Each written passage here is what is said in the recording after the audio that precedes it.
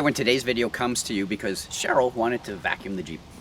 It was dirty and it needed to be cleaned. It was, and she did a great job. She got around to the back after doing the front seats though. Now we don't keep the back seat in here because, well, we don't need it and it's easier for Brandy to get in and out. So she pulled out Brandy's bed and all the other stuff and started vacuuming, and as she vacuumed, put her hand down, carpet felt damp. So she started investigating a little bit more, and well, this is what happened. Yeah, I basically stripped this whole side down. She lifted the compartment here. My tools are in here. If they could float, they would have. 3 inches of water was sitting in here. So when I pulled this out, that's where your jack goes. Hey, look at that. The Jeep came with a swimming pool. Yeah, it was floating. Yep, deep end and a non-deep end. So we started feeling the carpet, and it seemed to be wetter over here. So I pulled all this out, and then it started pouring. So we're like, you know what? Let's go in the house, and this will give us a general idea of where the water's coming from. So we came out, and it looked just like it does now. It was dry. So as I'm looking everywhere, Cheryl started looking on the driver's side. And if you come over here, this unit, water was coming out. Check out the picture. Now, our first thought was windshield washer fluid. But it was the wrong color, didn't smell, and there was way too much of it. So I ended up pulling this out just to make sure, and water was still dripping after we pulled it out. And we had a puddle here, Yeah. and it ran down here. Worked its way in here, and some of it went into here. Into these 2 compartments. So we knew that the water was coming from the top. So, I mean, it's the hard top. Where the heck could it be coming in? If you come over to here, you get a seam here and a seam here, and where they meet, there's a hole there. I don't know if it's supposed to be there or not. I don't think so. But the water was wicking into it. To be sure that that's where the water was coming from, Cheryl put a towel over it. I went inside and I wiped everything down inside. And it didn't leak anymore. And so I said, take the towel down. So she took the towel off, and eventually it started pouring out of there again. So we knew this was the leak. To be sure, we waited until last night when it got dark. And check this out. Okay, you can see where it's dripping. So Chuck's gonna put a flashlight in here because it's nighttime, it's dark out, and turn off all the lights inside the Jeep. And I'm going to show you where we think it's leaking from, which is Temporary plug there. yeah, right here. So I'm gonna take out the plug. You know when you're ready. Go ahead. We're gonna shut off all the lights. But there's the little light. Chuck has the flashlight in there so that we can see that there's definitely light coming through. So we're gonna have to fill this hole with something. For those of you wondering how your drain plugs work, Cheryl's pulling out the one there. All water will drain out, and seeing how there's still water in this one. Sleeve. Oh, this water is cold. Yes, it is. Ah, there we go. You can hear that draining. That's the easiest way to get water out of your Jeep. There are plugs throughout the whole floorboard, under the seats and everything, in case you ever get water in. Because we didn't show you how this comes off of the roof, I mean, there was 3 inches of water in the Jeep. We were a little bit concerned. We were panicking. We're going to show you how to do that now. We're going to start with the electrical part. This is for the rear window defogger and the rear wiper. Take the red tab, slide it all the way to the driver's side. You're going to push down right here while pulling down. There, it's disconnected.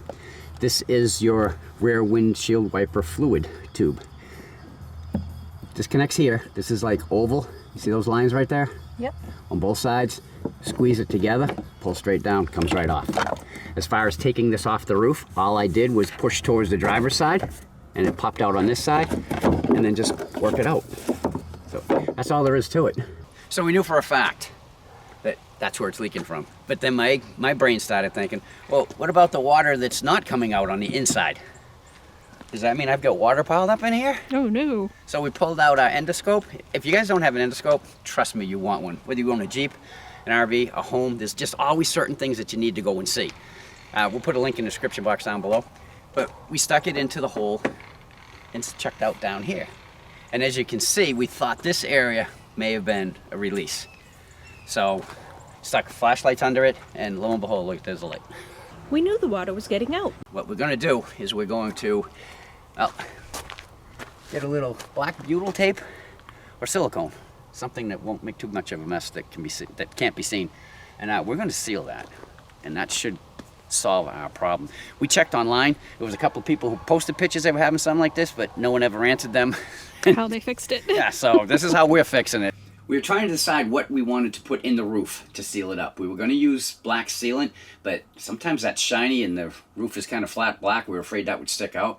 And we live and travel in our RV, so we have butyl tape available to us. Now, if you know anything about RVs, when you cut a hole through it, anywhere, you want to make sure water does not get in, because water inside the walls of RVs is not a good thing.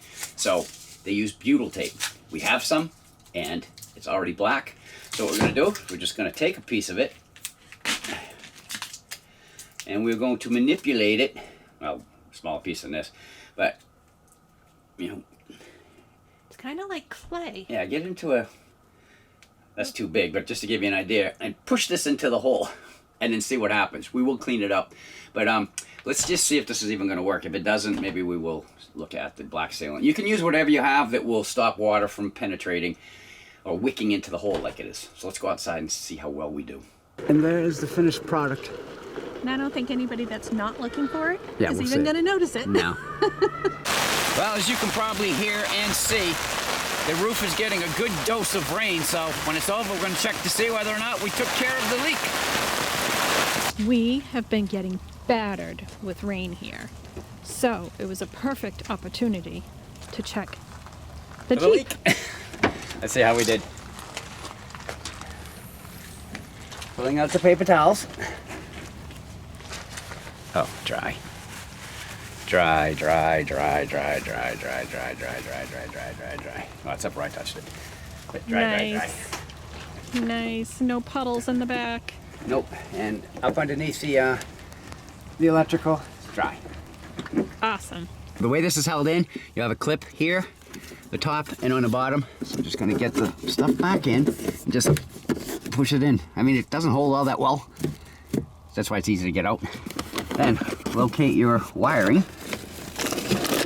Which has been tucked away for a while. Yes, well, we did all of our practicing. Okay, so this is the rear washer fluid. Just gonna pop that right back on till it sticks. And then I'm gonna take the rear electrical for the heater and the windshield wiper. Push that up till it clicks. And then push in the red. And there we go. We just gotta check and make sure that that still works. And we're back to golden. The windshield wiper still works. And the sprayer still works. There you go. We had an issue, we found the problem, came up with a solution, all while we were in Pennsylvania. We didn't bother putting it back together till we got down to North Carolina, because we just wanted to make sure that it wasn't going to leak. And boy, did it rain down there. It got tested very well. And we've been in Florida for a while. We went out and checked before closing out this video. It is still dry as a bone in there. And it's been about 4 months. Yeah, so I think that I think that we have that one looks pretty much. The only issue that we really have right now that we can see is these guys don't have any place to swim anymore. Poor duckies. But other than that, if you guys want to stay up to date with where we are and what we're doing, you can follow us on Facebook or Instagram. As far as this video went, if you like what you saw, we'd appreciate that thumbs up as always. You want to become part of the Grow and Get Gone with Us gang? Right down there in the corner, just click it and you're in. And once you do that, click the bell. Then you'll be notified every time we put a new video out. If you have any questions or comments, you can put them right down below, or you could just say hi. Because we'll say hi back, we always do. Until our next video, I'm Chuck. And I'm Cheryl. We're Get Gone with Us. Bye. Bye.